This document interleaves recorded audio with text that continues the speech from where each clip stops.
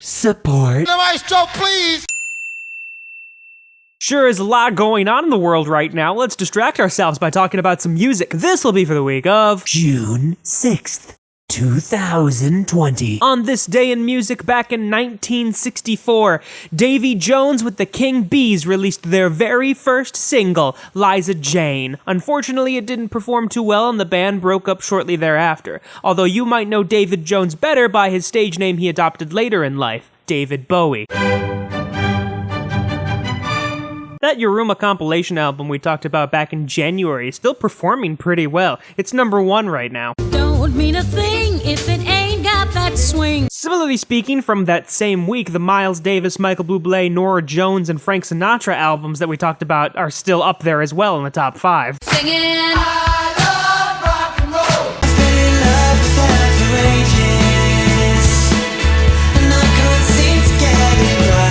The second of their two-part album series, the first one being a brief inquiry into online relationships, notes on a conditional form, and it jumps a little bit between various genres besides rock. Some pop, dance, and electronic elements are in this album as well. It's bigger than hip-hop.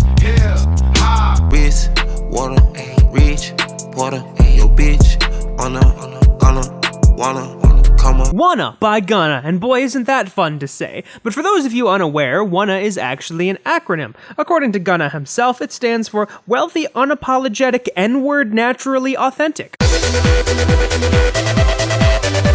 Lady Gaga's The Fame is currently #1 again, given that's to be expected because she just released a new album that I'm sure we'll talk about. The question is it going to be on the pop charts solely, or is it also going to be on the EDM charts? And now I need some help from the maestro, please! Hit the strip out of school, couldn't wait till I got out of class. Used to stare at the clock and shit. Before all this rap shit, I was gang banging and doing high speeds on the cops and shit. And Fun fact, Wishing for a Hero contains a sample from the Tupac song Changes, which is awfully relevant right now if you want something to listen to.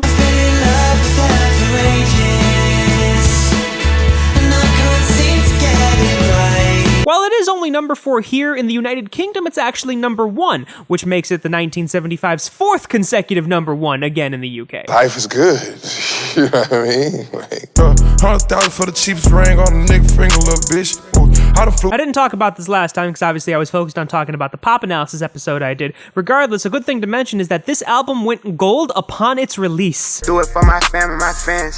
Fuck how niggas feel. Told them it was my turn. I'm guessing that time's here. Skeleton my car. Not that I think this album is bad, but I'm still surprised that this has been up here for almost 3 months. wrist, water, rich, water, your bitch, Gunna, wanna, come on. This album is appropriately named because he just won a #1 album, becoming his first to actually go to #1. And no, I'm not apologizing for the wordplay. So only 2 new albums to listen through, but hopefully that gives you enough of a respite from everything that's going on right now so you can come back to it refreshed. And now I need some help from the maestro, please! Maestro!